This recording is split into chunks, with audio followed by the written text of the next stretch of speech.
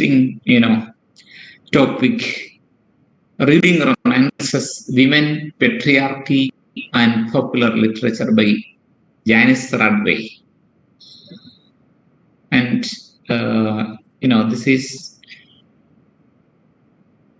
definitely from a book, Reading Romances, written by Janice Radway in 1984.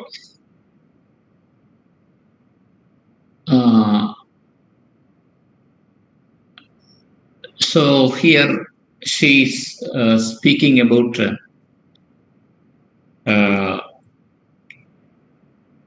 reading romances by women. Reading romances by women. And so what is a romance? So romances are part of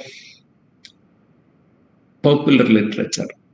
Romances are part of popular literature. And popular literature was a new sort of literature that developed at the beginning of the 20th century. And so we discussed in our first class how popular literature evolved at the beginning of the 20th century. So there are several reasons for the emergence of popular fiction.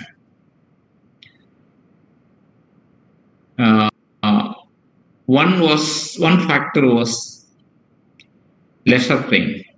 There was enough leisure time for the people to read, because after the introduction of machines, so many machines, people became rather free.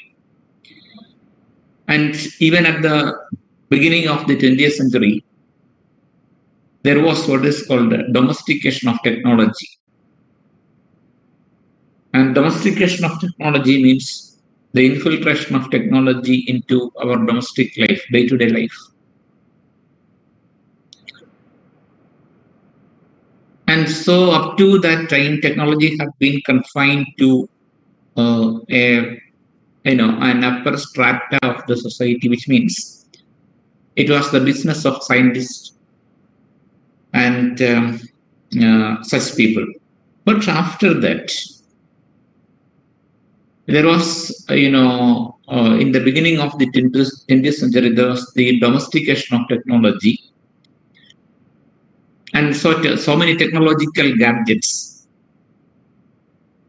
were introduced into the ordinary lives of people. So the electric, internal combustion engine was invented. So motor cars became very popular. And motor vehicles reduced the time of the journey. And then people began to use technological gadgets at home,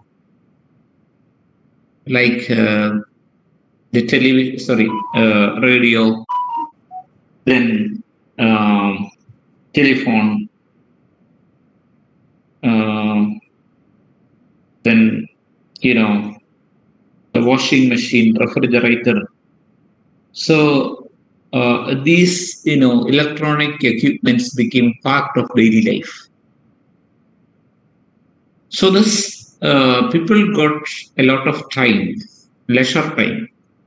And at that time, there was no television, no internet or mobile phones. So people had a lot of leisure time.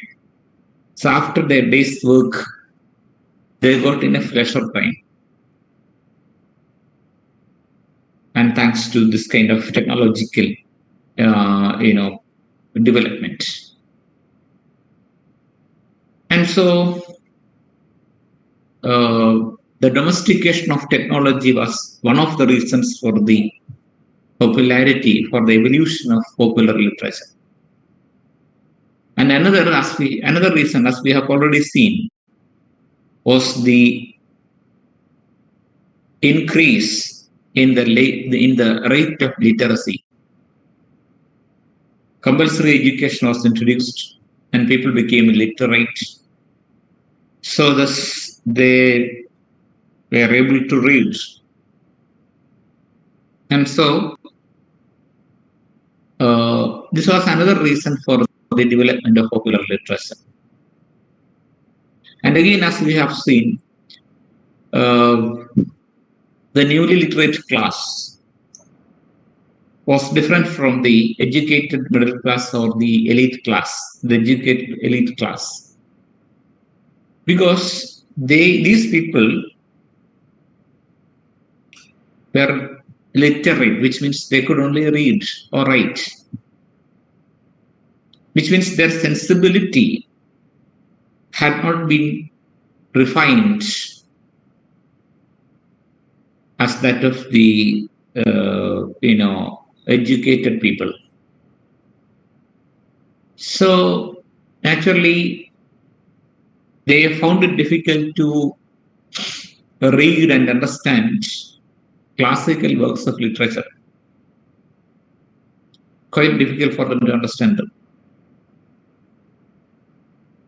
So naturally, they wanted something light. And so this necessity was there at the beginning of the 20th century. And this was another reason for the emergence of popular literature. And yet another reason was the developments in printing technology.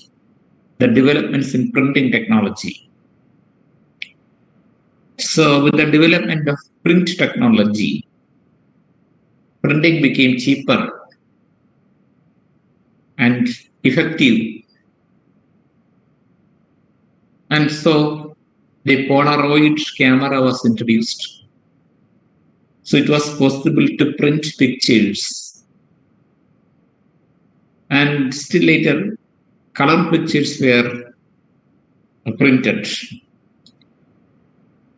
And so all these things resulted in a boom in print industry.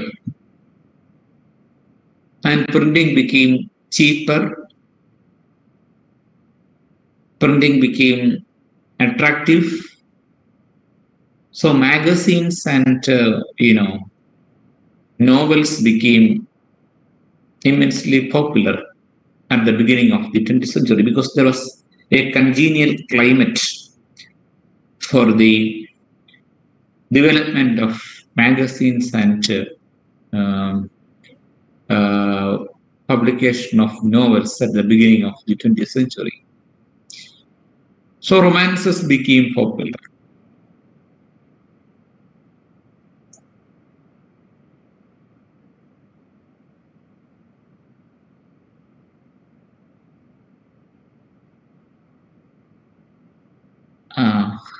Polaroid എന്ന് പറയുന്നത് പഴയ പഴയ type picture എടുക്കത്തില്ലേ, Polaroid cam അങ്ങനെ എന്തോ സംഭവം ഉണ്ടായത് കേട്ടിട്ടുണ്ട്. അങ്ങനെ സൂപ്പർ നാച്ചുറലിന് ഫോട്ടോ എടുക്കാൻ പറ്റുമെന്ന് എനിക്കറിയത്തില്ല. പഴയ ഒരു പ്രിന്റിംഗ് ടെക്നോളജി, ക്യാമറ ടെക്നോളജി ഈ അങ്ങനെ പറയാറുണ്ട്. സോ ദിസ് അത് കിർലിയൻ ക്യാമറയാണെന്ന് തോന്നുന്നു ഈ പറഞ്ഞ സാധനം. ഈ സൂപ്പർ നാച്ചുറൽ ആക്ടിവിറ്റി ഫോട്ടോ എടുക്കാൻ ഉപയോഗിക്കുന്നത് കിർലിയൻ ക്യാമറയാണെന്നാണ് ഞാൻ മനസ്സിലാക്കിയത്. ഇതെന്താണ് അങ്ങനെ എടുക്കാൻ പറ്റുമെന്ന് എനിക്കറിയില്ല. ഓക്കെ, ഇത് എന്താ സംഭവിക്കുന്നത്? Romances and so in course of time this parallel sort of literature flourished. Parallel sort of literature means cheap magazines that contains melodramatic elements, then comics, then illustrated weeklies. So this they became immensely popular in the first half of the 20th century, and they were also popular in the second half also, until recently. That is, after the invasion of the television,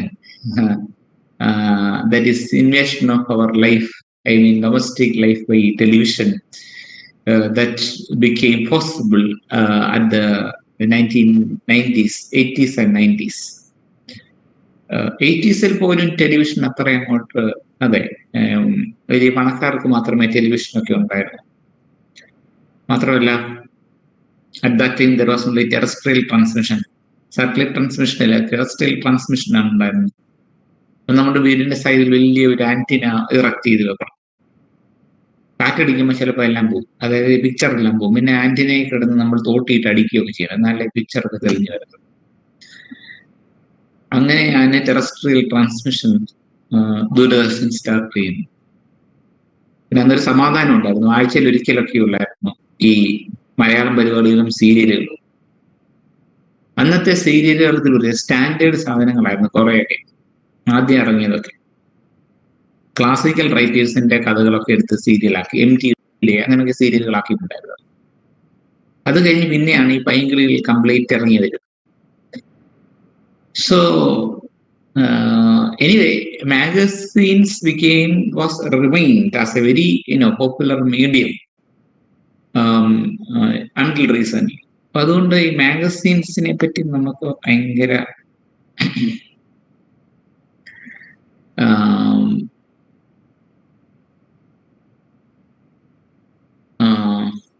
okay, Polaroid വീണ്ടും trend ആകുന്നത് ശരിയായിരിക്കും.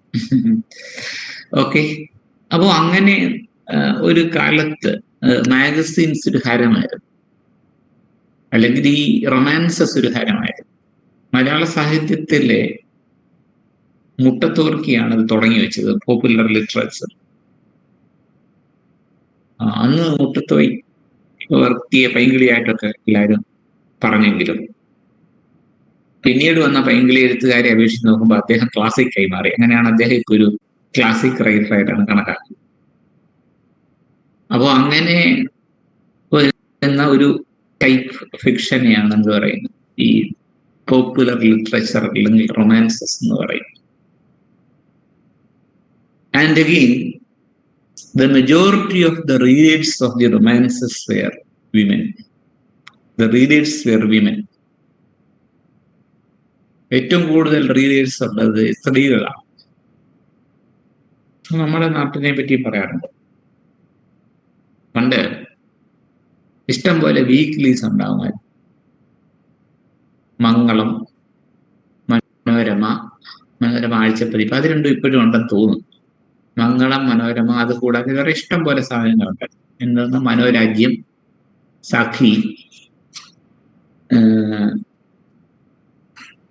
അങ്ങനെ കുറെ magazines ഉണ്ടായിരുന്നു ഒരു കാലത്ത് നമ്മുടെ നാട്ടിൽ. എന്നുവെച്ചാൽ അത് ഈ നമ്മുടെ വീടുകളുടെ അടുത്തുള്ള മുറുക്കാൻകടയിലൊക്കെ ഈ മാഗസിൻ വരുമ്പോൾ ഓടിപ്പോയി വാങ്ങിക്കും ആളുകൾ, എന്നിട്ട് അത് പോയി വായിക്കും. കാരണം ഒരു കഥ ഒരു ആഴ്ചപ്പതിപ്പ് ഇങ്ങനെ നിർത്തിയിട്ട് ഇങ്ങനെ പാതി വഴിയിൽ നിർത്തിയിരിക്കുക, അടുത്തത് എന്തറിയാനാണെന്നുള്ള ആകാംക്ഷയോടുകൂടിയായിരിക്കും ഒരു കണക്കിന് ഒരാഴ്ച തള്ളി നീക്കുന്നത്. അപ്പൊ അങ്ങനെ ആളുകൾ വായിച്ചിരുന്ന ഒരു കാലം ഉണ്ടായിരുന്നു. പിന്നെ അതുകൂടാതെ എന്താ പറയുന്നത്, എല്ലാ സ്ഥലങ്ങളിലും ഇതുണ്ടായിരുന്നു, ഈ മാഗസിൻസ് എത്തുമായിരുന്നു. ഭയങ്കര റീഡർഷിപ്പ് ഉണ്ടായിരുന്ന പൈങ്കിളി എഴുത്തുകാരൊക്കെ ഇഷ്ടം പോലെ ഉണ്ടായിരുന്നു. Popular literature, Sudhakar Mangalodayam, batten boss, മറ്റേ ഈ നമ്മുടെ ഡിറ്റക്റ്റീവ് നോവലെഴുതുന്ന ബാറ്റൻ ബോസ്, പിന്നെ കോട്ടയം പുഷ്പനാഥ് എന്ന് പറയുന്ന ഒരു ഡിറ്റക്റ്റീവ് റൈറ്റർ. അങ്ങനെ ഒരു ഡിറ്റക്റ്റീവിന്റെ പേര് കേട്ട തമാശയാണ്. പുഷ്പരാജ് എന്ന ഡിറ്റക്റ്റീവ് പുഷ്പരാജ്, അങ്ങനെയൊക്കെയാണ് പറഞ്ഞത്. പിന്നെ അങ്ങനെ ഒത്തിരി ആളുകളുണ്ടായിരുന്നു. വനിതേക്കാളും ചിലപ്പം കഷ്ടമാണത്. അപ്പൊ ഇങ്ങനെയൊക്കെയുള്ള കുറെ മാഗസിൻസ് അന്ന് ഉണ്ടായിരുന്നു. ഈ എഴുത്തുകാരുണ്ടായിരുന്നു, അവർ ഭയങ്കര ഡിമാൻഡായിരുന്നു. ഇവരെ പറ്റി കളിയായി പറയുന്ന രണ്ട് കൈ എഴുതിക്കൊണ്ടിരിക്കുന്നതാണ്. കാരണം ഓരോ മാഗസിൻസും കൊടുക്കാനുള്ളതാണ് ഈ ഓരോ നോവൽസ്. നമ്മുടെ മോഹൻലാലിന്റെ ഒരു സിനിമയില്ലേ, ഇങ്ങനെ ഒരു പൈങ്കിളി സാഹിത്യകാരനായിട്ട് വരുന്നു. ഏതൊരു വളരെ ഇൻട്രസ്റ്റിംഗ് ആയിട്ടുള്ള ഒരു മൂവിയുണ്ട്, പേര് ഞാൻ മറന്നുപോയി. പുള്ളി ഈ ഞാനായിട്ട് സിനിമ മാഗസിൻസ് അത് ചുമ്മാ കുറെ എന്താ പറയുന്നത് ആളുകളെ ഹരം കൊള്ളിക്കുന്ന കുറെ പടങ്ങളൊക്കെ ഉണ്ടാക്കുന്ന സിനിമ മാസികകളാണ്. അതുകൊണ്ട് പക്ഷെ ഈ മറ്റേന്ന് പറയുന്നത് കഥകളാണ്, റൊമാൻസസ് കൂടുതലുണ്ട്. മറ്റേ സിനിമ ഗോസിപ്പും സിനിമാക്കാരുടെയും പല സിനിമാ നടിമാരുടെ കുറച്ച് ഗ്ലാമറസ് ഫോട്ടോസ് ഒക്കെ ഉള്ളതാണ് ഈ ഞാനാന്നൊക്കെ പറയുന്ന സ്ഥലം. അതെ, അയാൾ കഥ എഴുതുക, അത് തന്നെ കറക്റ്റ്, അത് തന്നെ ഗായത്രി. അതെ അതെ, അഭിരാമി ഗായത്രി കൊള്ളാം, അത് തന്നെ സംഗീത. ശരി, നിങ്ങളെല്ലാം പറഞ്ഞത് കറക്റ്റാണ്. അതന്നെ, അയാൾ കഥ എഴുതുക. അപ്പൊ അങ്ങനെയൊക്കെയുള്ള ഒരു കാലഘട്ടത്തിൽ ഏറ്റവും കൂടുതൽ റീഡർഷിപ്പ് ഉണ്ടായിരുന്ന അത് ഇവർക്കാണ്. അപ്പൊ ഒരുപക്ഷെ MG-യെക്കാളും അല്ലെങ്കിൽ OV വിജയനേക്കാളും ആനന്ദിനേക്കാളും ഒക്കെ റീഡേഴ്സ് ഉണ്ടായിരുന്ന ഇവർക്കാണെന്ന് വേണമെങ്കിൽ പറയാം. That is why they are called popular literature. And so the women were the readers of these romances. And so അവരിത് വായിക്കും, അവർ കരയും, അവർ ചുമ്മാതിരുന്ന് മസിൽ പിടിക്കും, അങ്ങനെയൊക്കെ ആയിരുന്നു അന്നത്തെ കാലം. അത് കഴിഞ്ഞിട്ട് അപ്പൊ ആളുകളെല്ലാം കൂടെ കളിയാക്കും, പെണ്ണുങ്ങളെ വേണ്ടി എഴുതിയതാണ്, ജനങ്ങളുടെ സ്ത്രീകൾക്കിടയിലാണ് ഇവരൊക്കെ പോപ്പുലർ ആയത്, ഇങ്ങനെയൊക്കെ പറയുന്ന അങ്ങനെ കുറെ സംഭവങ്ങൾ ഉണ്ടായിട്ടുണ്ട്. So anyway, in all cases, I mean, whether in the West or in India, the majority of the readers of these romances were women. So naturally, feminists were against this kind of a trend. So this romance reading has been criticized by the feminists. Their reason was that romance reading, in almost all the romances, the portrayal of women was in accordance with the patriarchal notions of womanhood.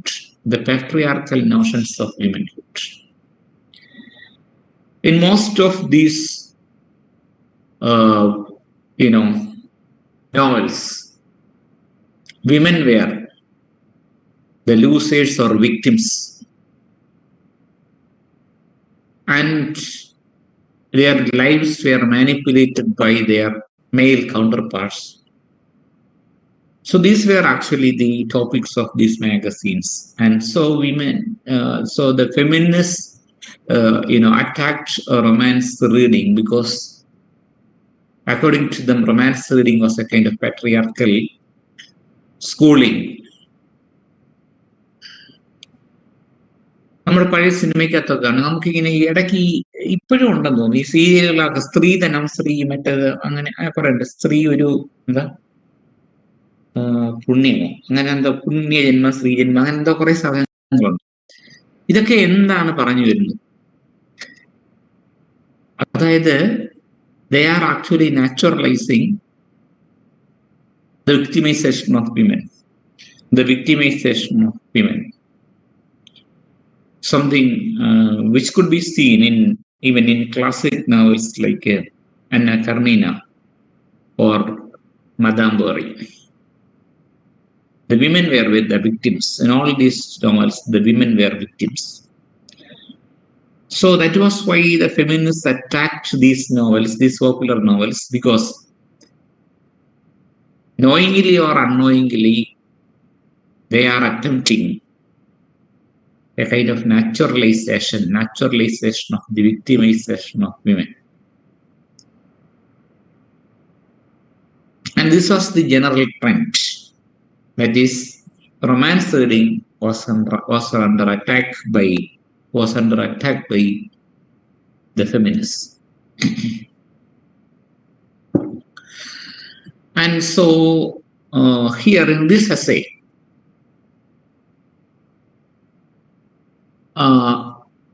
Janice Radway, however, justifies reading romances. She justifies reading romances.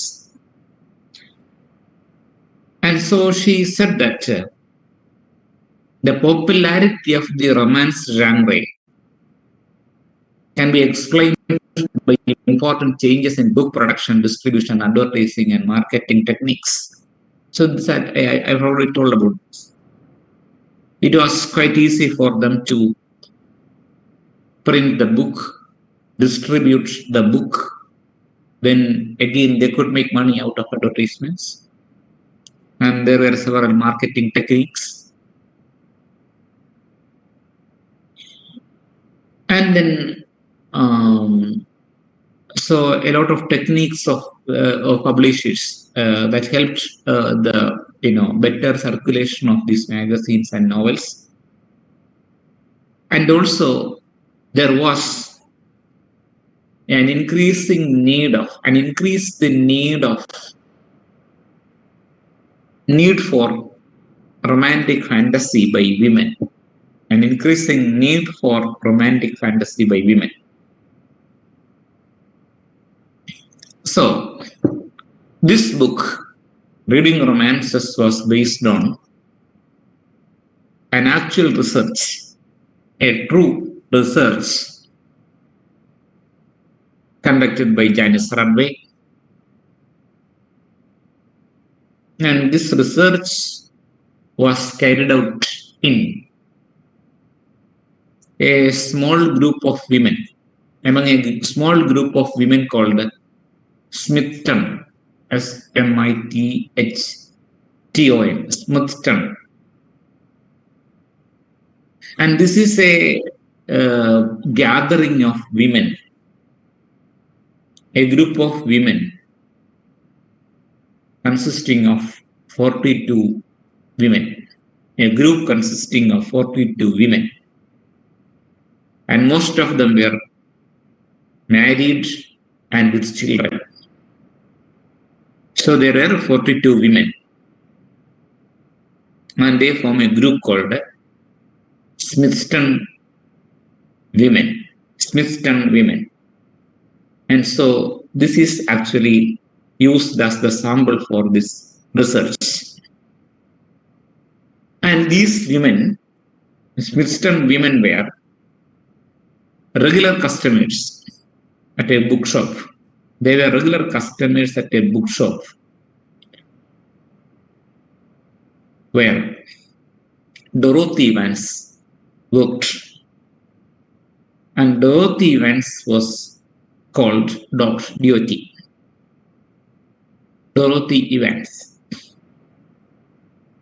And Dorothy Vance then published a newsletter named Dorothy's Diary. Dorothy Vance published a newsletter called Dorothy's Diary. And in this diary, she graded the romances. She graded the romances in terms of their romantic worth. That is on the basis of how romantic they are. On the basis of how romantic they are.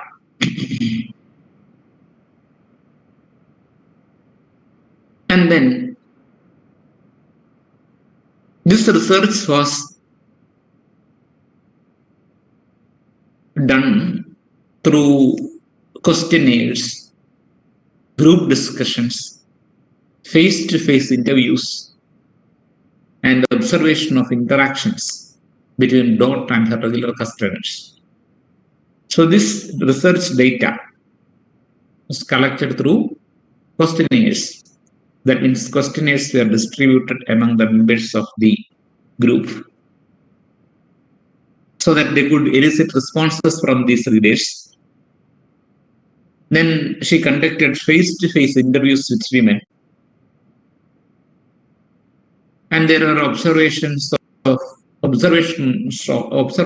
interactions between Dorothy Vance and her regular customers. So this is how data are collected in this book.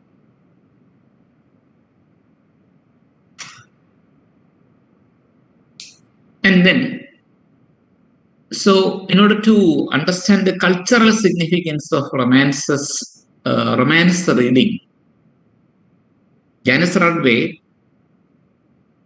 said that we should pay our attention to a kind of selection and rejection of some romances. How certain romances are selected and some others are rejected. So that means this is based on a kind of cultural significance. This is based on a cultural significance of romance reading. On the basis of this cultural significance, certain romances can be rejected or certain romances can be accepted. And also, she found out that romance reading was so intense and popular among these women that they used to read 11 to 15 hours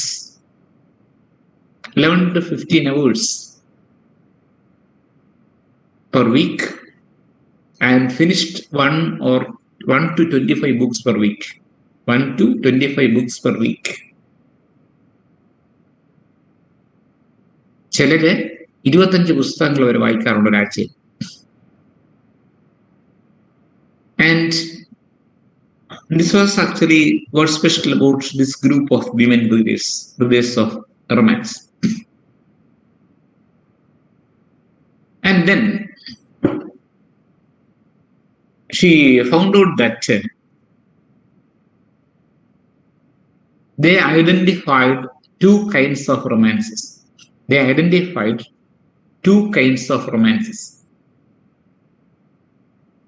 One type of romance is ideal romance. The first type is called the ideal romance. There are two kinds of romances: the ideal romance and the failed romance. Failed romances are rejected, and ideal romances are those that are selected. And what are ideal romances? An ideal romance is a novel in which an intelligent and independent woman with a good sense of humor is overwhelmed by her love for a man. And then after much suspicion and twists and turns, even with after some cruelty or violence,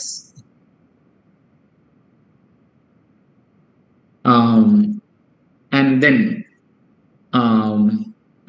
in course of their relationship, they are transformed into an emotional preliterate to someone who can care for her and nurture her in ways that are traditionally expected only from a woman to a man. So this is the ideal romance. So here, in the case of an ideal romance, the central character is an independent, intelligent woman with a good sense of humor. And in the novel, she is overwhelmed by her love for a man. After much suspicion and distrust and some cruelty and violence, who in course of their relationship is transformed from an emotional preliterate to someone who can really care for her and nurture her in ways that are traditionally expected only from a woman to a man. So this is an ideal romance. So she is overwhelmed by a man. And then what is special about this man? So after several twists and turns in the relationship, he would be transformed into a person who can really take care of her, who can nurture her in ways that are traditionally expected only from a woman to a man. Because traditionally, nurturing is attributed to women. So in the ideal romance, The heroine would be an intelligent and independent woman, and she is with a good sense of humor, and she keeps an affair with a man. And after so many twists and turns in the relationship, and even with some after cruelty and violence, the man turned into someone who can really care for her and nurture her in ways that are traditionally expected only from a woman to a man. അതായത് സാധാരണഗതിയിലെ ഒരു ആണിനെ പെണ്ണാണ് nurture ചെയ്ത് എന്നാണ്, അങ്ങനെയാണ് പെണ്ണുങ്ങളുടെ duty ആണല്ലോ ഈ nurturing എന്നൊക്കെ പറയും. അതേപോലെ തിരിച്ച് ഈ പെണ്ണിനെ ഈ പുള്ളി കെയർ ചെയ്ത് നർച്ചർ ചെയ്യുന്ന ഒരു തരത്തിലേക്ക് ഈ റിലേഷൻഷിപ്പ് തിരിയും. And this kind of novels are called ideal romance. So it's a fantasy about reciprocation. It's a wish to believe that men can bestow on women the care and attention women are expected regularly to bestow on men. But the romantic fantasy offers more than this. It recalls a time when the reader was in fact recipient of an intense maternal care. So here, this is a fantasy of reciprocation. Reciprocation means ഒരു കൊടുക്കൽ വാങ്ങലിലൂടെയാണ്. അതായത് ഞാൻ എന്താണോ, അല്ലെങ്കിൽ ഒരു സ്ത്രീ വിചാരിക്കുന്നതാണ്, ഞാൻ എന്താണോ ഞാൻ സ്നേഹിക്കുന്ന പുരുഷനെ കൊടുക്കുന്നത്, എൻ്റെ സ്നേഹവും കെയറിങ്ങും, അതേപോലുള്ള സ്നേഹവും കെയറിങ്ങും എനിക്ക് കിട്ടുന്നു ആരുടെ അടുത്തു നിന്ന്, അയാളുടെ ഭാഗത്തു നിന്ന് എന്ന് പറയുന്ന ഒരു ഫാന്റസിയിൽ ബേസ്ഡ് ആണ് ഇത്തരം novels. So that is the fantasy of reciprocation. That is, it is a wish to believe that men can bestow on women the care and attention women are expected regularly to bestow on men. So traditionally, women are expected to bestow on men the care and attention. അല്ലേ? അല്ലെങ്കിൽ എന്ത് ചെയ്യും, അതായത് സ്ത്രീകളുടെ ഡ്യൂട്ടിയാണെന്നാ പറയും. അല്ലെങ്കിൽ ഭർത്താവിന്റെ അമ്മ പറയും, നീ എന്റെ മോനെ നേരെ നോക്കുന്നില്ലേടി, എന്റെ മോൻ എന്ത് ക്ഷീണിച്ചു പോയി, അവന്റെ കൗള് കണ്ടോ, ഇങ്ങനൊക്കെ പറയും. കാരണം എന്താ, നോക്കേണ്ടെന്ന് പറച്ചില് കേട്ടായി ഈ പുള്ളി കൈക്കുഞ്ഞാണെന്തോ. അപ്പൊ അതിന്റെ അർത്ഥമാണ്, so these are the roles attributed to women. അപ്പൊ അതേപോലെ തിരിച്ചൊരു റെസിപ്രോക്കൽ റിലേഷൻഷിപ്പ്, അതേ രീതിയിൽ പുരുഷൻ തിരിച്ച് സ്ത്രീയെ പരിപാലിക്കുന്നു. സ്ത്രീ എന്താണോ അങ്ങോട്ട് കൊടുക്കുന്നത് അത് തിരിച്ച് സ്ത്രീക്ക് കിട്ടുന്ന പോലെ ഒരു ഫാന്റസി. അതാണ് രസം, ഫാന്റസിയാണത്. മിക്കവാറും നടക്കാറില്ലെന്നാ കാരണം. ഈ ഫാന്റസി ഇത് ഈ ഐഡിയൽ റൊമാൻസ് ആർട്ടിക്കുലേറ്റ് ചെയ്യുന്നുണ്ട്. This same fantasy was articulated in the ideal romance. And such novels are identified as ideal romances by the Smithsonian women. Is it clear?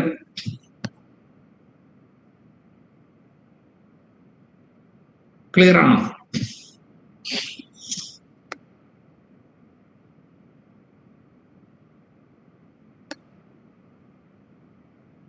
Okay, thank you. And then, so here we can see the use of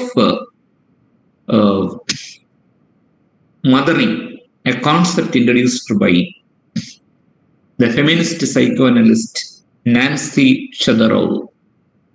Nancy Chodorov's book Reproduction of Mothering is Rebirth. Reproduction of Mothering. So this book is based on Freudian psychoanalysis. This book is based on Freudian psychoanalysis. And in Freudian psychoanalysis, the Oedipal stage is very important. The Oedipal stage is very important. How? So it is in the Oedipal stage that gender identity is established. Gender identity is established during the Oedipal stage. So we have studied Oedipus complex in the last semester. And properly Oedipus complex started from,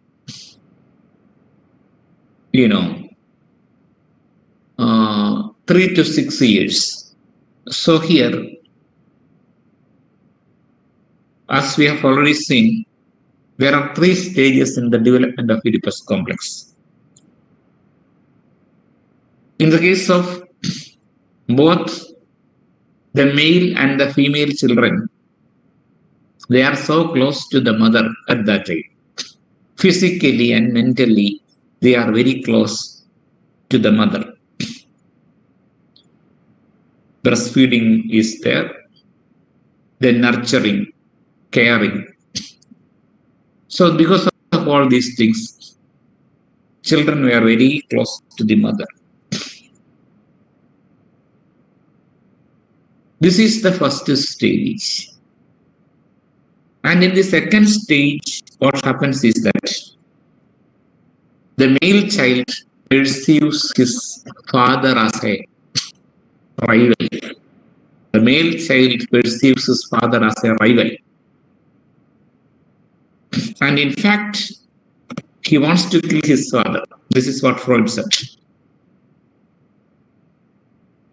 And this hostility towards the father is the second stage. And in the third stage, the child understands that the father is very powerful. And so, in that case, the only option available before him is to identify himself with his father. So this is the last stage. The child develops castration complex according to Sigmund Freud. He becomes afraid of the fact that if he continues his obsessive love for his mother, the father will castrate him. And so this fear of castration will lead him to a separation with the mother. And then he totally identifies himself with his father. And then he looks for other women around him, so that he may find a girlfriend at this time. So these are the 3 stages in the development of 3 stages in Oedipus complex.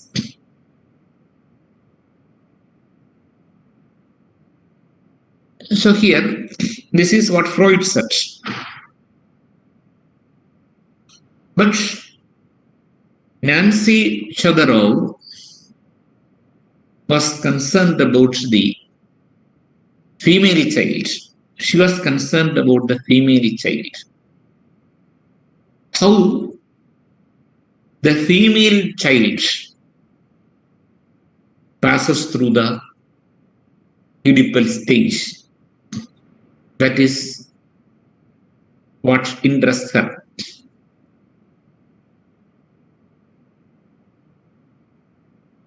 And so here, it is in this stage that mothering takes place. The concept of mothering takes place. So what is this? What is this mothering? What is called mothering? So here, in the case of the female child, she totally identifies herself with his mother. She totally identifies herself with his mother. With her mother, sorry. She totally identifies herself with her mother. And so she understands the role of the mother as a person who nurtures, takes care of others. So she identifies herself with this mother. In this case, and that means in the total identification with the mother, she considers her father as her first lover. So this is how it is said that the first lover in the life of a girl is her father. The father is the ideal man to her. And then, again, the second, again, what happens to her is that she is concerned about the relationship between the mother and the father. So these are the three, these are the three, things here also. This is a kind of triangle, an equal triangle experienced by the girl child. That is, on first one level, her total identification with the mother, which leads to her attraction towards her father, and then her concern over the relationship between the father and the mother. അപ്പോൾ ഇതിനെ ഒന്നും അതിന്റെ എക്സ്ട്രീമിലേക്ക് എടുത്തുകൊണ്ട് പോകണ്ട. കാരണം ഈ attraction എന്നൊക്കെ പറയുന്ന ഒരു സ്നേഹബന്ധം മാത്രമേ ഉള്ളൂ. അതിനപ്പുറത്തേക്കുള്ള ഒരു ഡയമെൻഷൻ ഒന്നും അതിന് കൊടുക്കണ്ട. അത് ഏതൊരു പെൺകുട്ടിയുടെയും മനസ്സിലെ ആദ്യത്തെ ഫസ്റ്റ് ലവ് എന്ന് പറയുന്നത് അച്ഛൻ തന്നെയാണ്. അതിന് അങ്ങനെ വേറെ ഡയമെൻഷൻസ് ഒന്നും കൊടുക്കണ്ട. എന്നുവെച്ചാൽ അങ്ങനെ ആകാം. അത് മെജോറിറ്റി ജനറൽ കേസസ് ആണ് നമ്മൾ എപ്പോഴും ഡിസ്കസ് ചെയ്യാറ്. സോ ഹിയർ ഇവിടെ നമുക്കൊരു ട്രയാങ്കിൾ കാണാൻ പറ്റും. ഒന്ന്, ഐഡന്റിഫിക്കേഷൻ വിത്ത് ദ മദർ. രണ്ട്, അട്രാക്ഷൻ ടുവേർഡ്സ് ദി ഫാദർ. മൂന്ന്, concern over the relationship between the mother and the father. So this is the kind of situation. But this is not the case with the child, the boy. Boye സംബന്ധിച്ചുള്ളത് സംഭവിക്കും. There is no identification with the mother. In the case of the boy, there is no identification with the mother. മദറുമായിട്ട് identification വരത്തില്ല. ആ identification avoid ചെയ്യാൻ വേണ്ടിയാണ് he identifies himself with the father.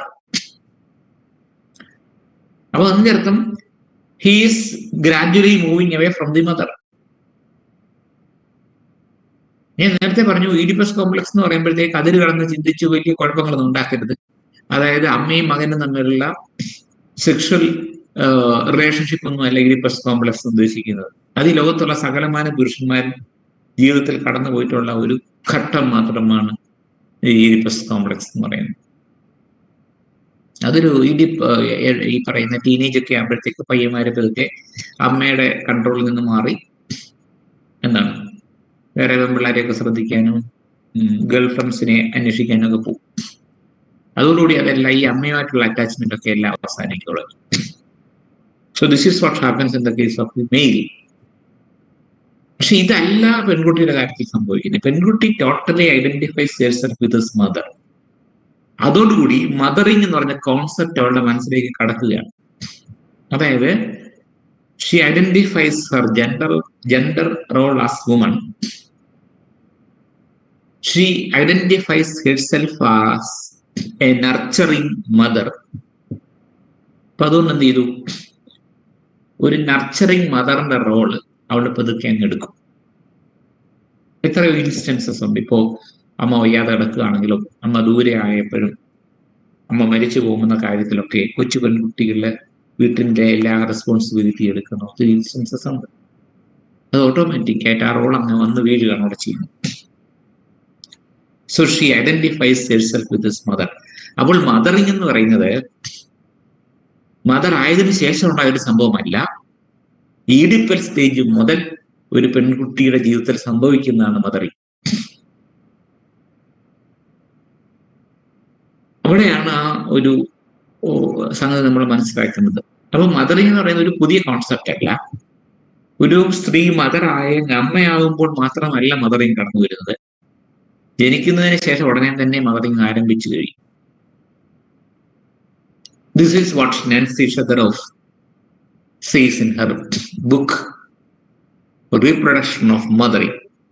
And so here Janice Radway borrowed this idea of mothering from Nancy Shedroff, and she argues that the romantic fantasy is a kind of regression focused on the figure of the mother. So that means romance reading, how we can relate romance reading to this kind of a triangle. So here romance reading is a means by which women can vicariously experience the emotional support that they themselves are expected to provide to others without adequate reciprocation for themselves in their everyday lives. Romance റീഡിങ്ങിലൂടെ ഈ ഒരു wish fulfilment ഒരു പെൺകുട്ടിക്ക് കിട്ടും, ഒരു സ്ത്രീക്ക് കിട്ടുന്നു. അതായത് മദറിങ് എന്ന് പറയുന്ന കോൺസെപ്റ്റിനെ എനാക്ട് ചെയ്യുന്ന ഒരു സബ്ജക്ട് പൊസിഷനിൽ നിന്നും അത് അനുഭവിക്കുന്ന ഒരു ഒബ്ജക്ട് പൊസിഷനിലേക്ക് തൽക്കാലത്തേക്കെങ്കിലും സ്ത്രീകളുടെ മനസ്സിനെ കൊണ്ടുപോകാനായിട്ട് ഈ മുമ്പ് പറയുന്ന ഐഡിയൽ റൊമാൻസസിന് സാധിക്കുന്നു.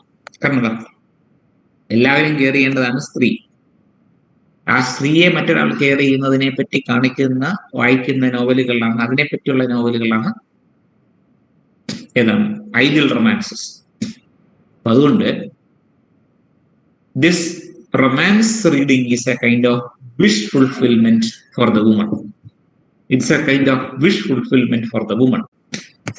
Okay, I hope it's clear. And then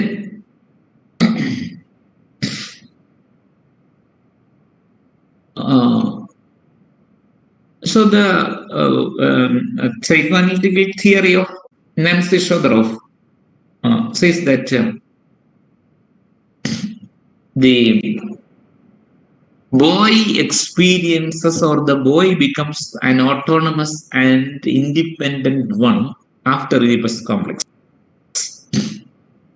An autonomous and independent one. But the girl becomes a self in relation to others. A self in relation to others because of this kind of schooling. A self in relation to others. Karma, that is the role traditionally bestowed on the woman. A self in relation to others. എങ്ങനെ? ആ അമ്മയുമായിട്ടുള്ള identification. അമ്മ എങ്ങനെയാണോ അച്ഛനെയും, അതായത് മകളെയും ബാക്കിയുള്ളവരെയും care ചെയ്യുന്നത്, അതേപോലെ തന്നെ ഞാനും എന്ന് പറയുന്ന ഒരു സെൽഫ് അവിടെ ഫോം ചെയ്യും. That is a self in relation to others is formed in the case of the girl. ഇനി അച്ഛനെ എല്ലാവർക്കും പേടിയാകാൻ കാരണം എന്താ?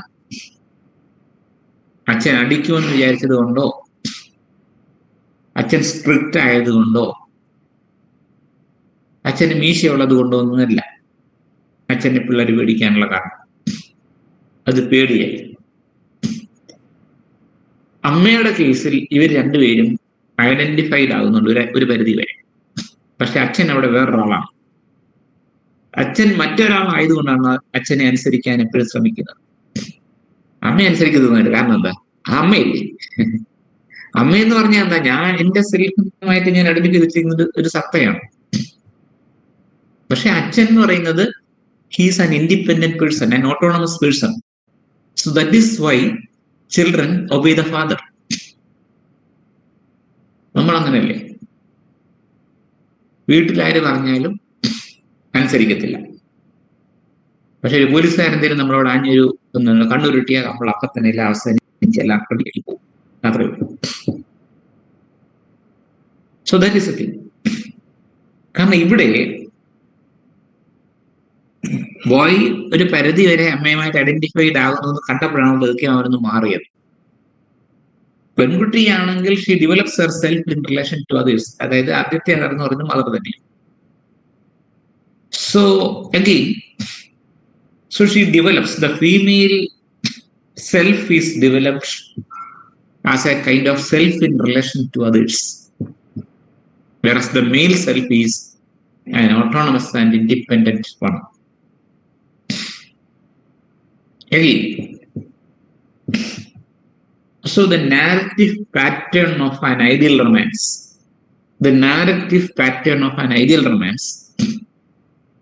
presents a journey of identity crisis to identity restored,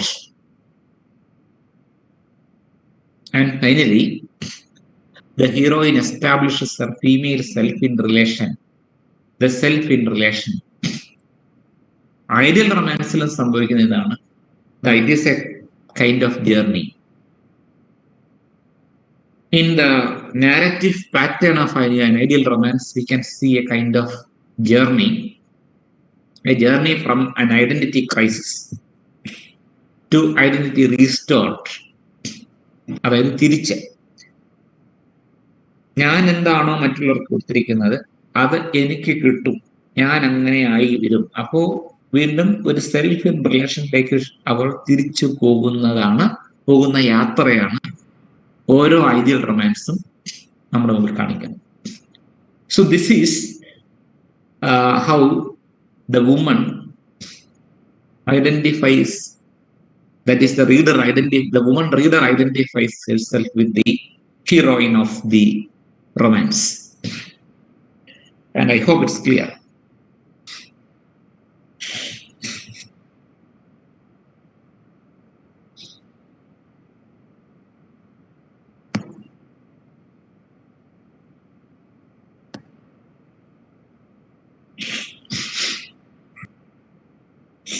One minute. I shall be back in 1 minute.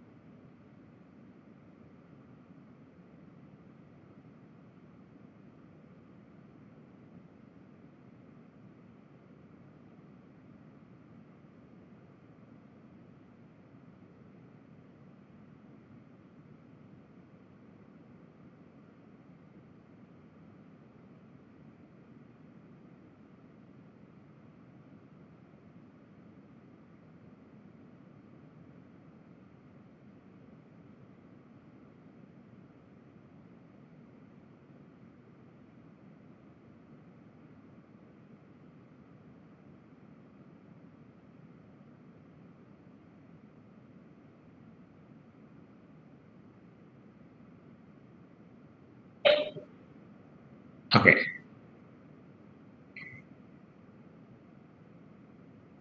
Okay, sorry.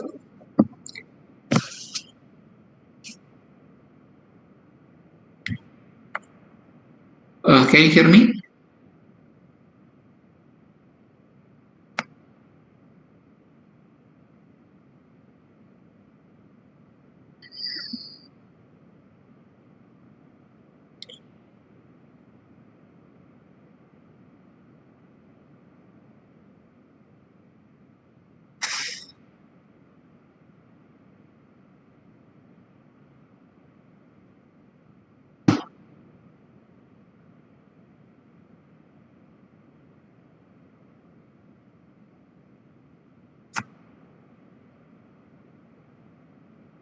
Yes.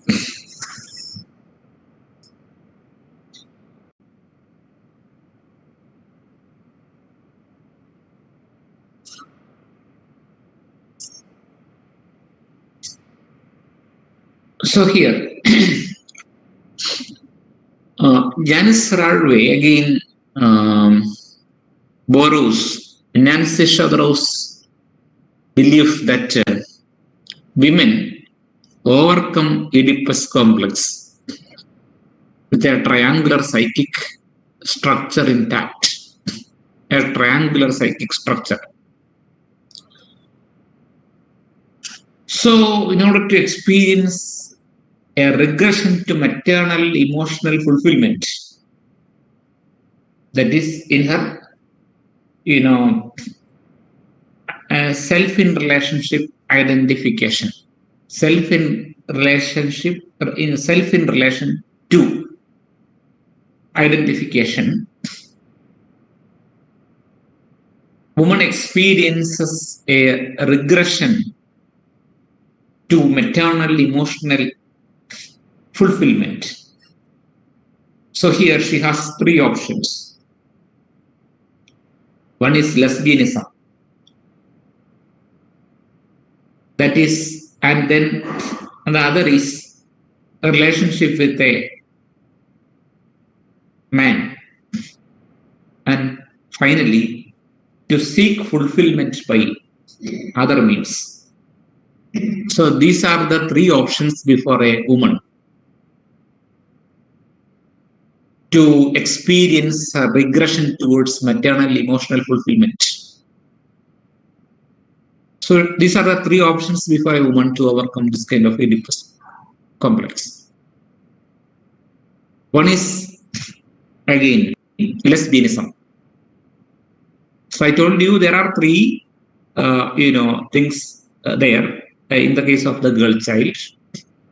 The first one is her identification with the mother.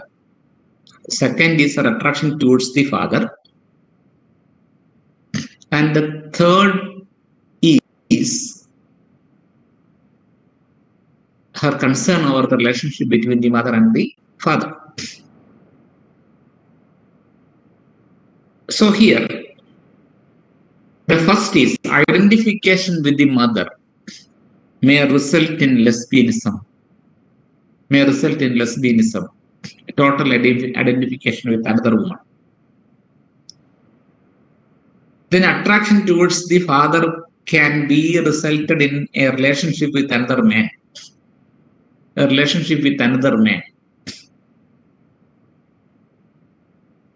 And in the case of the third, she can seek fulfillment by other means.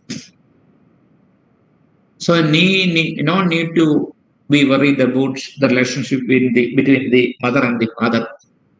So she can seek fulfillment by other means.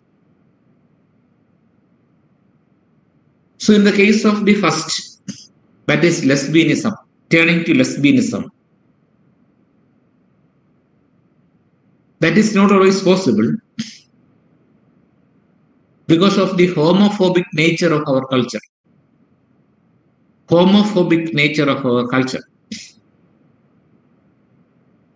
This piece was written in 1984.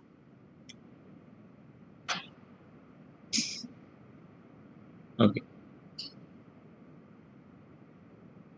And at that time,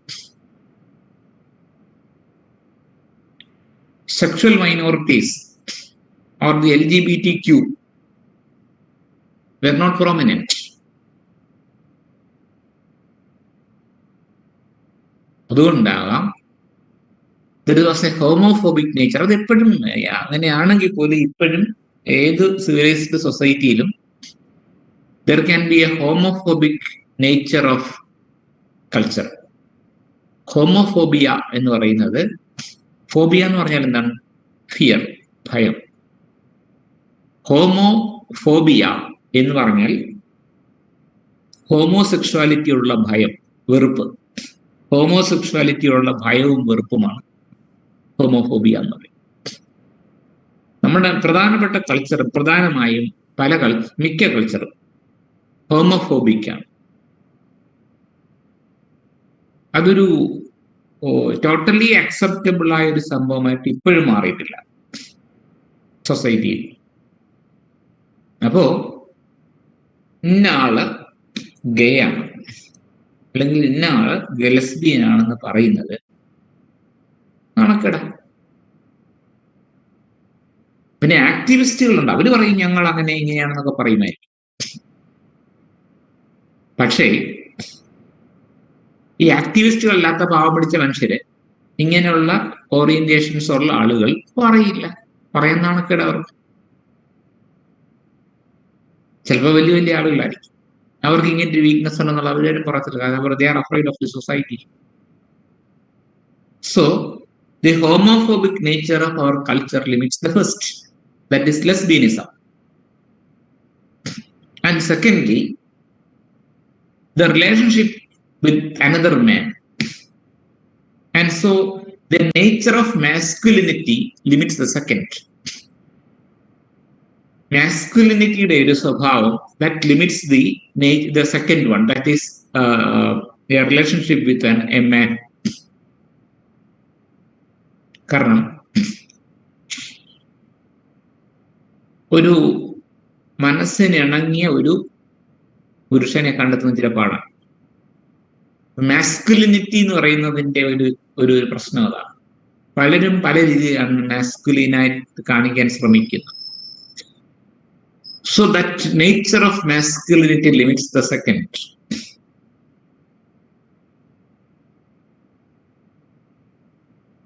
And again, seeking fulfillment by other means. It is here that we can see the relevance of romance reading. It is here that we can see the relevance of romance reading. That is, seeking fulfillment by other means. ലെസ്ബിയനിസത്തിലേക്ക് പോകാൻ പറ്റില്ല. Relationship with a man വിശ്വസിക്കാൻ പറ്റത്തില്ല. പിന്നെ ഇവർക്ക് ചെയ്യാവുന്ന ഏറ്റവും നല്ല വഴി എന്ന് പറയുന്നത് by seeking fulfillment by other means. And it is here romance reading becomes important. Romance reading becomes important. And so the resolution to the ideal romance provides a perfect triangular satisfaction: fatherly protection, motherly care, and passionate adult love. So this is actually the solution offered by ideal romance. Ideal romance is a male ingenairi. A male person with the fatherly protection. അവളെ protect ചെയ്യുന്ന ഒരാൾ, അച്ഛനെ പോലെ protect ചെയ്യുന്ന ഒരാൾ. രണ്ട്, motherly care, person with motherly care, അമ്മയെ പോലെ കെയർ ചെയ്യുന്ന ഒരാൾ. പിന്നെ എന്താണ്, ഒരു പാഷനേറ്റ് ആയിട്ടുള്ള അഡൽട്ട് ലവർ, ഒരു ലവർ. അപ്പം ഫാദർ, മദർ, ലവർ, ഇതെല്ലാം ഒരാളിൽ എത്തിച്ചേരുന്ന ഒരു പ്രത്യേകമായ ഒരു സിറ്റുവേഷൻ ഈ ideal റൊമാൻസിലുണ്ട്. such stories were called ideal romances by the Smithsonian women. ആ 42 വിമൻ റീഡേഴ്സ് ഐഡന്റിഫൈ ചെയ്ത ഐഡിയൽ റൊമാൻസസിന്റെ കാര്യങ്ങളാണ് ഈ പറയുന്നത്. So they provide a perfect triangular satisfaction: fatherly protection, motherly care, and passionate adult lover. So this is how romances satisfies women readers. Romances satisfy women readers. I hope it's clear. Is it clear now?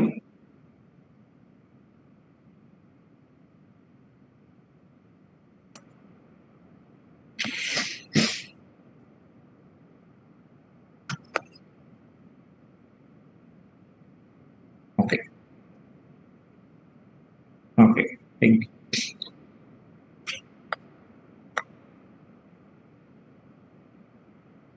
I know the second kind of romances are called failed romances. The second type of romances are called failed romances. The failed romances are unable to provide these satisfactions. That is why they are considered as failed. They are unable to provide these satisfactions because they are either too violent or they conclude sadly or with an unconvincing happy ending. They end abruptly, either in tragedy or in comedy. So this is how these novels are considered as failed romances. They are unable to provide satisfactions to the women readers. So the two structuring anxieties of all romances are highlighted. The fear of male violence and the fear of an awakened female sexuality and its impact on women. So these are the two structuring anxieties highlighted by the romances. The fear of male violence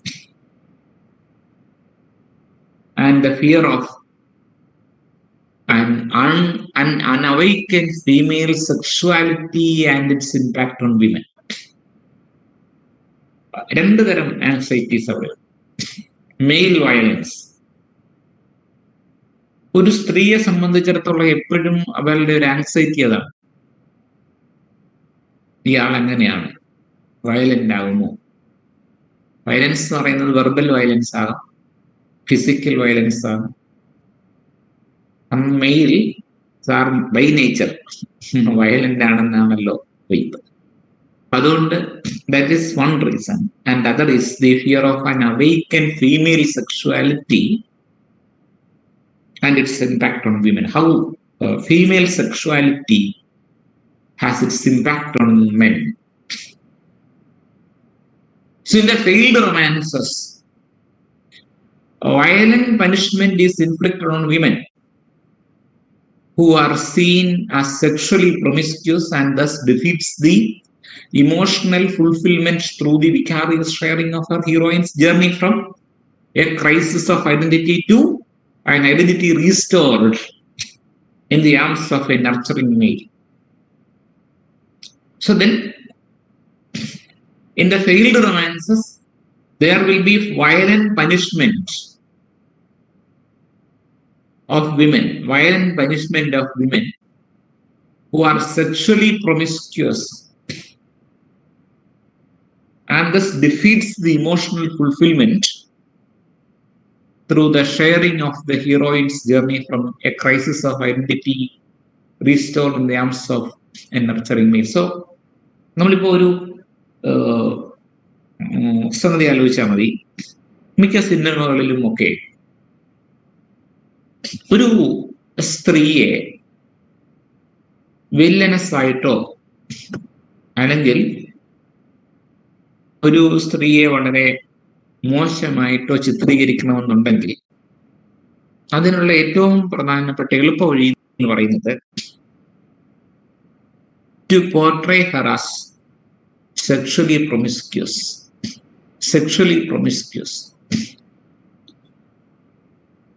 And she is capable only of sex. Sexually promiscuous ആയിട്ടുള്ള ഒരു ക്യാരക്ടറിനെ ഒരു negative female ക്യാരക്ടറായിട്ട് കാണിക്കാൻ എളുപ്പമാണ്. അപ്പൊ ഒരു negative role, ഒരു സ്ത്രീയുടെ നെഗറ്റീവ് റോൾ കാണിക്കാനായിട്ടുള്ള ഒരു എളുപ്പവഴി പല സിനിമയ്ക്കകത്ത് അത് ചെയ്യാറുണ്ട്. അവരിങ്ങനെയാണെന്ന് കാണിക്കുക. സെക്ഷലി പ്രൊമിസ്ക്യൂസ്. അപ്പൊ അവിടെ ഫെയിൽഡ് റൊമാൻസിൽ ഇങ്ങനെയുള്ള സ്ത്രീകൾക്ക് കിട്ടുന്ന പനിഷ്മെന്റിനെ പറ്റിയായിരിക്കും അവര് പറയുന്നത്. ഐഡിയൽ റൊമാൻസിനകത്ത് there is a journey from what? A journey from an identity crisis to an identity restored in the arms of a nurturing male. നേരെ ചുവ നോക്കുന്ന ഒരു പുരുഷനിൽ എത്തുമ്പോൾ അവൾ ഐഡന്റിറ്റി റീസ്റ്റോർ ചെയ്യപ്പെടുന്നതാണ് ഐഡിയൽ റൊമാൻസസിലെങ്കിൽ. ഇവിടെ കാണാൻ സാധിക്കുന്നത് എന്താണ്? The violent punishment inflicted on women who are seen sexually promiscuous. Okay.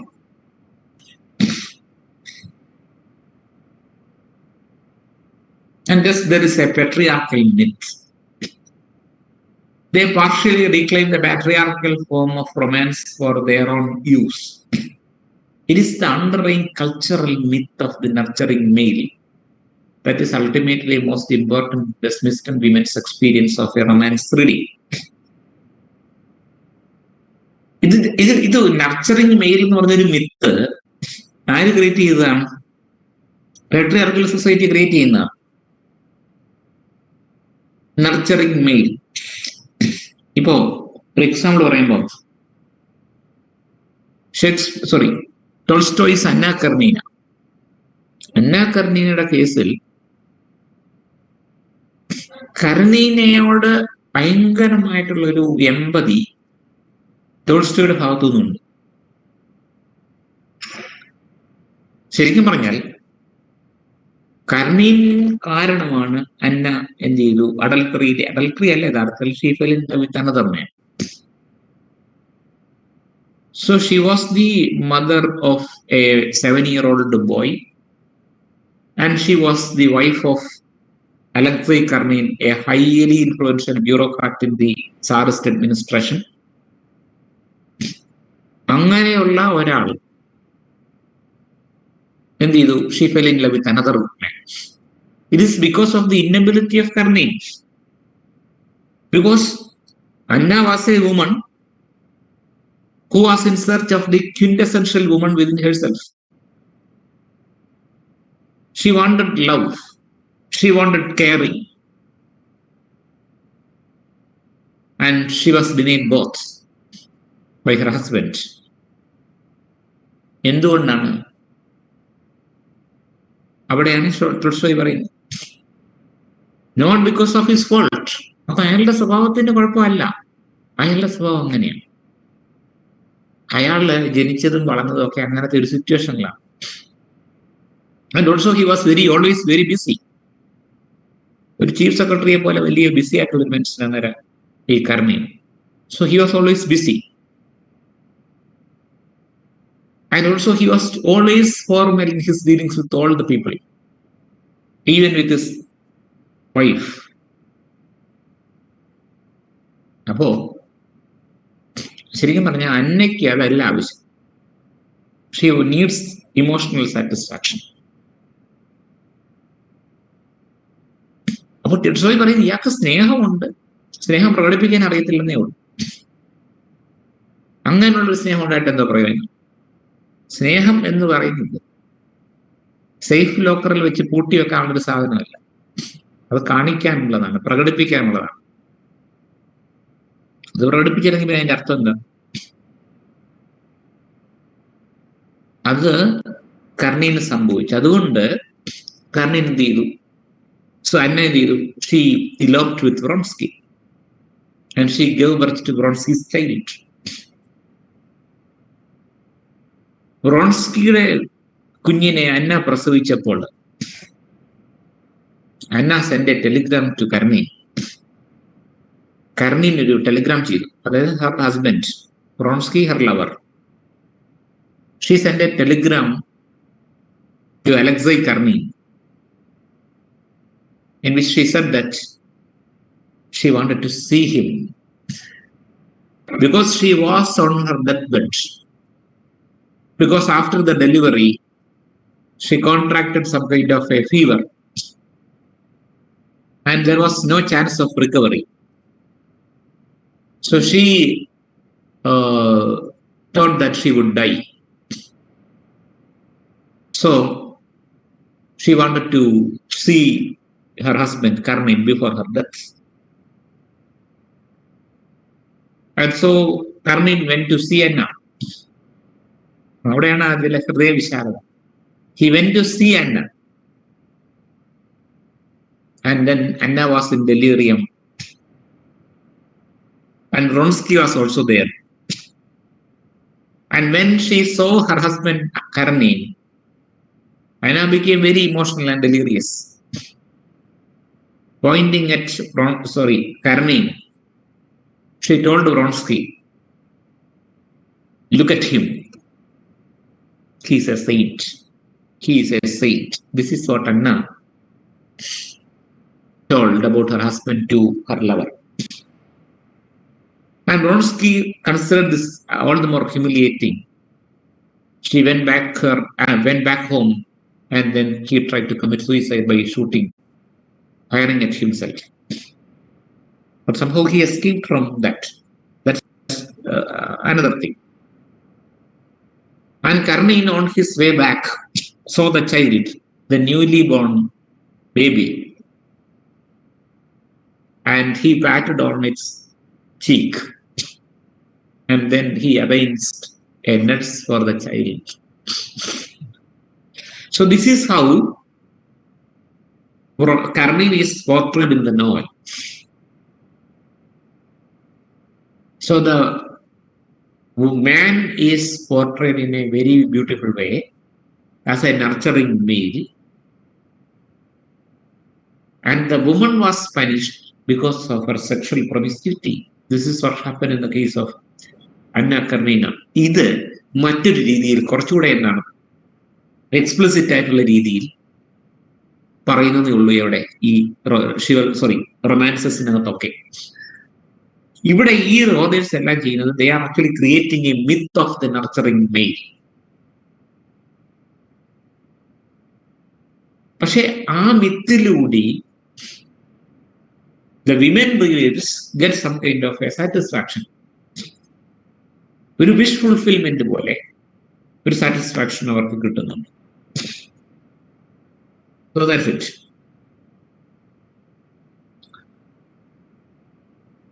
And then, so in the case of romances,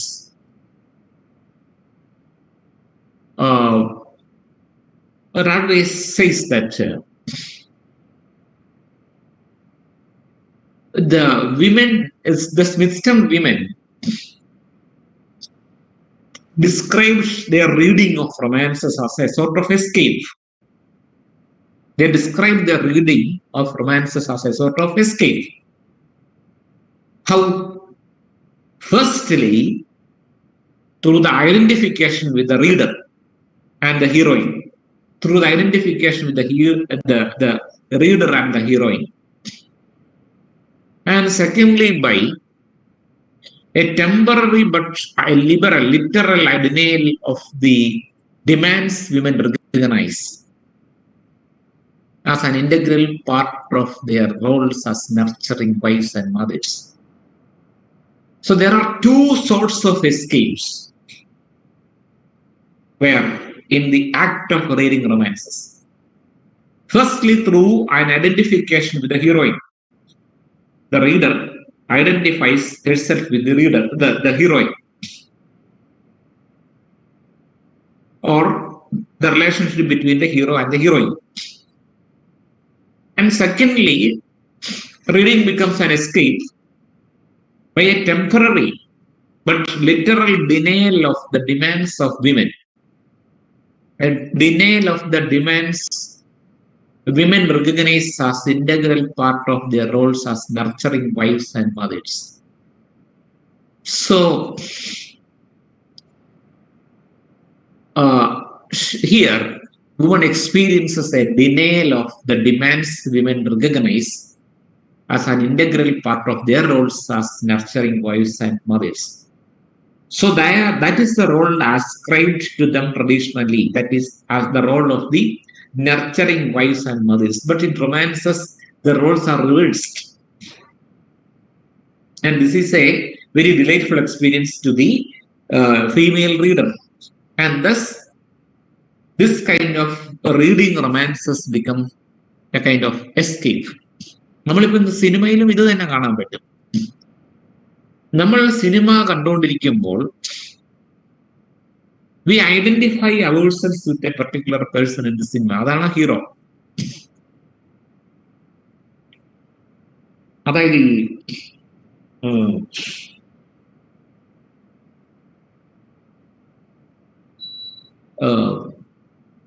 mirror neurons എന്ന് കേട്ടിട്ടുണ്ട്. അത് ഇതുമായിട്ട് ബന്ധപ്പെട്ടതല്ല, പക്ഷേ ഏതാണ്ട് അതുപോലെ ഒരു സംഭവമാണ്. Mirror neurons. Have you heard of mirror neurons? Mirror neurons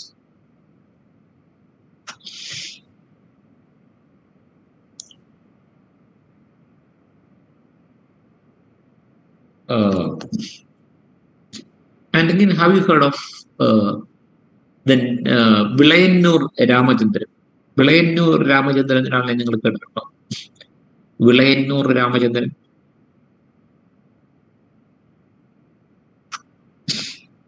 അറിയില്ല? കേട്ടിരിക്കേണ്ട പേരുകളാണ്.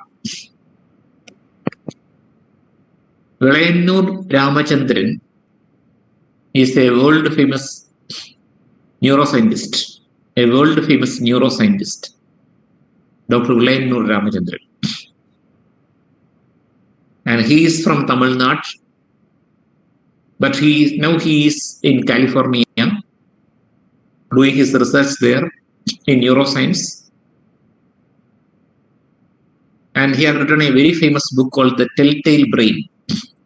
This book is an international bestseller. The Telltale Brain by Vilayanur Ramachandran. Vilayanur Ramachandran ആരാന്ന് പറഞ്ഞാൽ നിങ്ങൾക്ക് മനസ്സിലാവും. He is the grandson of Alladi Krishnaswamy Iyengar.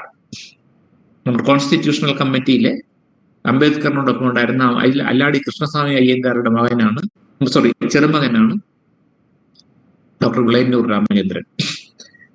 Richard Dawkins അദ്ദേഹത്തെ പറഞ്ഞിരിക്കുന്നത് the Marco Polo of human brain എന്നാണ് ഈ ഡോക്ടർ വിളയന്നൂർ രാമചന്ദ്രനെ പറ്റി പറയുന്നത്. ഏതെങ്കിലും ഒരു കാലത്ത് ഒരു പക്ഷേ അദ്ദേഹത്തിന് നോബൽ പ്രൈസ് കിട്ടുമെന്ന് പ്രതീക്ഷിക്കാം. കാരണം he had made so many substantial contributions to neuroscience. അങ്ങനെ ഒരാളാണ് ഈ വിളയന്നൂർ രാമചന്ദ്രൻ. അദ്ദേഹമാണ് ഈ മിറർ ന്യൂറോൺസിനെ കണ്ടുപിടിച്ചത്. മിറർ ന്യൂറോൺസ് എന്ന് പറഞ്ഞു കഴിഞ്ഞാൽ നമ്മുടെ തലച്ചോറിനകത്ത് ചില ന്യൂറോൺസ് ആണ്. അത് നമ്മൾ എന്ത് കണ്ടാലും ആക്ഷൻ നമ്മുടെ ബ്രെയിനിൽ ഇമിറ്റേറ്റ് ചെയ്യും, മിമിക് ചെയ്യും. അതുകൊണ്ടാണ് അതിന് മിറർ എന്ന് പറയും. അത് മിമിക് ചെയ്യും. അത് നമ്മുടെ മനസ്സിൽ അത് മിമിക് ചെയ്യുമ്പോൾ നമ്മൾ അതുമായിട്ട് ഐഡന്റിഫൈഡ് ആവും. സിനിമ കാണുമ്പോഴതാ സംഭവിക്കില്ല. നമ്മൾ മിറർ ചെയ്യുന്നു. ആരെ മിറർ ചെയ്യും? അതിനകത്ത് ഒരു ക്യാരക്ടറിനെ, ഒരു സെൻട്രൽ ക്യാരക്ടർ, അത് നമ്മുടെ മനസ്സിൽ നമ്മൾ മിറർ ചെയ്യും. ഈ മിറർ ന്യൂറോൺസ് തന്നെയാണ് പോണോഗ്രാഫിയിലും വർക്ക് ചെയ്യുന്നത്. പോണോഗ്രാഫിക് ഫിലിം ഇൻഡസ്ട്രിയിലും ഒക്കെ വർക്ക് ചെയ്യുന്ന പ്രധാനപ്പെട്ട കാരണം സംഭവം ഈ മിറർ ന്യൂറോൺസ് ആണ്. കാരണം ഒരു പോൺ ക്ലിപ്പിനകത്ത് കണ്ടുകൊണ്ടിരിക്കുന്നവർക്ക് ഒരു പെട്ടെന്ന് ഒരു എക്സൈറ്റ്മെന്റും ഒരു എറൗസലും ഒക്കെ വരാനുള്ള കാരണം എന്തുകൊണ്ടാണ്? ഇമ്മീഡിയറ്റ്ലി അതിനകത്ത് ഒരാളുമായിട്ട് ഈ വ്യൂവർ ഐഡന്റിഫൈഡ് ആകുന്നത് കൊണ്ട്. And the reader or the viewer is also experiencing what he is watching on the screen. ഇത് നമ്മുടെ തലച്ചോറിൽ നടക്കുന്ന ഒരു പ്രവൃത്തിയാണ് മിറർ ന്യൂറോൺസ് എന്ന് പറയുന്നത്. അത് സിനിമ ചെയ്യുമ്പോഴും അതാണ്. അപ്പൊ അതുകൊണ്ടാണ് നമുക്ക് ഇഷ്ടമുള്ള ക്യാരക്ടറിനെ ആരെങ്കിലും തല്ലിയാൽ നമുക്ക് നോവും, അയാൾ എന്തെങ്കിലും നല്ലത് ചെയ്താൽ നമുക്ക് സന്തോഷമാവും, അയാൾക്ക് എന്തെങ്കിലും അപകടം പറ്റിയാൽ നമുക്ക് വിഷമം വരും. കാരണം എന്താ? നമ്മളാണ് അയാൾ എന്നൊരു ഐഡന്റിഫിക്കേഷൻ അവിടെ സംഭവിക്കുന്നു. അതേപോലെ here the female readers are also identifying themselves with the central character or the heroines of these romances. Thus it proves to be a kind of escape to them. Secondly, there is a denial of the traditional role of women as nurturing wives and mothers. Instead, they are the persons who are being nurtured in romances. This is how reading romances offered a kind of escape to them.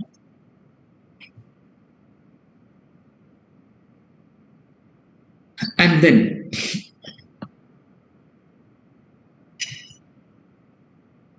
so this is a kind of literal escape. How?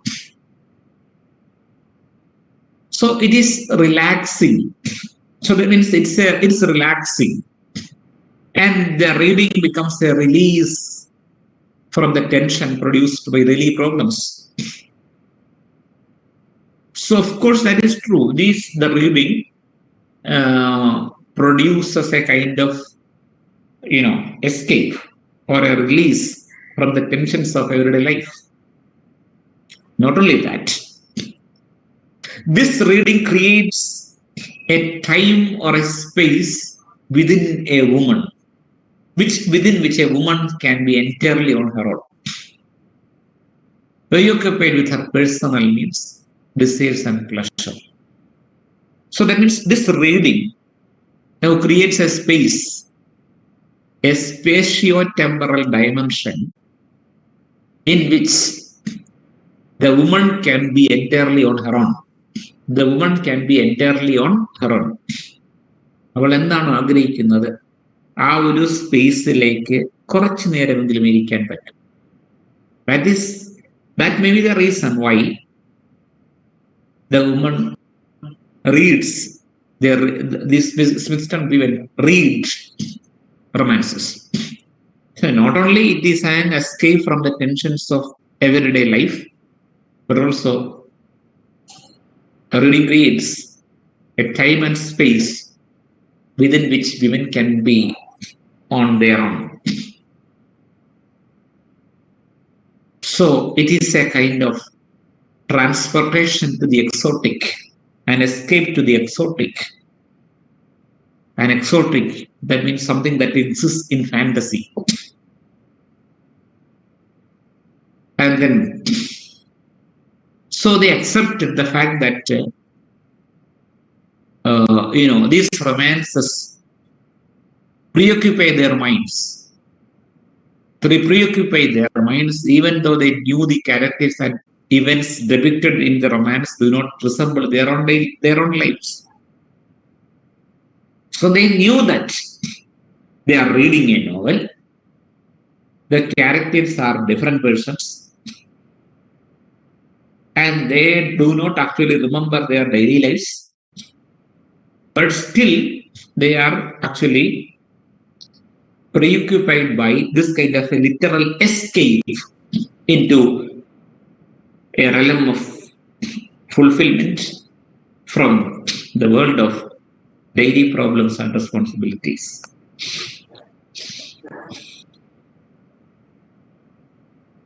And then, so it's very difficult to draw conclusions about the cultural significance of romance reading. നമുക്കത് totally reject ചെയ്യാൻ പറ്റുന്നില്ല. And so on one hand, we can say that romance reading is oppositional because it allows women to refuse momentarily their self-abnegating social role. But on the other side, we can see the romance's narrative structure embodies a simple recapitulation and recommendation of patriarchy and its constituent social practices and ideologies. So we should not forget this. On one side, romance reading is oppositional. It should be opposed. Romance reading should be opposed. Why? Because it allows women to refuse their self-abnegating social role. It allows women to refuse their social roles. And the other, the romance's narrative structure is a recapitulation and a recommendation of patriarchy and its constituent social practices and ideologies. So they actually portray a recommendation of patriarchy and its constituent social practices and ideologies.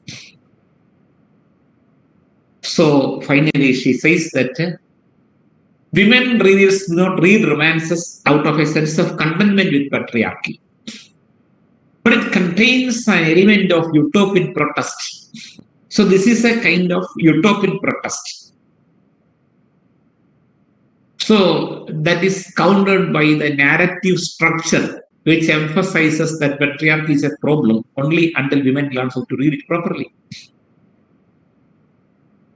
So women do not read romances out of their satisfaction with the patriarchy, but reading becomes a kind of utopian protest. A utopian protest, it is a protest. A utopian protest. A utopian protest in which they, in fantasy, view their own social roles reversed. And so, the ideological power of romances may be great,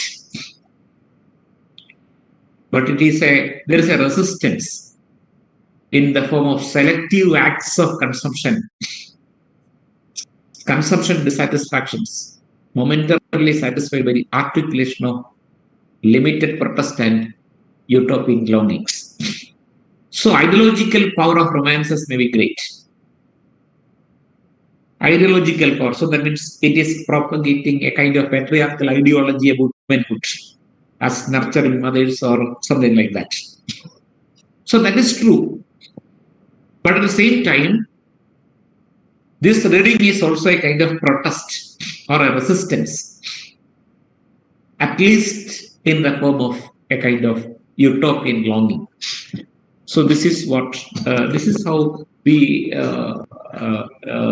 She said that we should not, altogether reject the importance of romances, reading romances in the case of women. Okay. The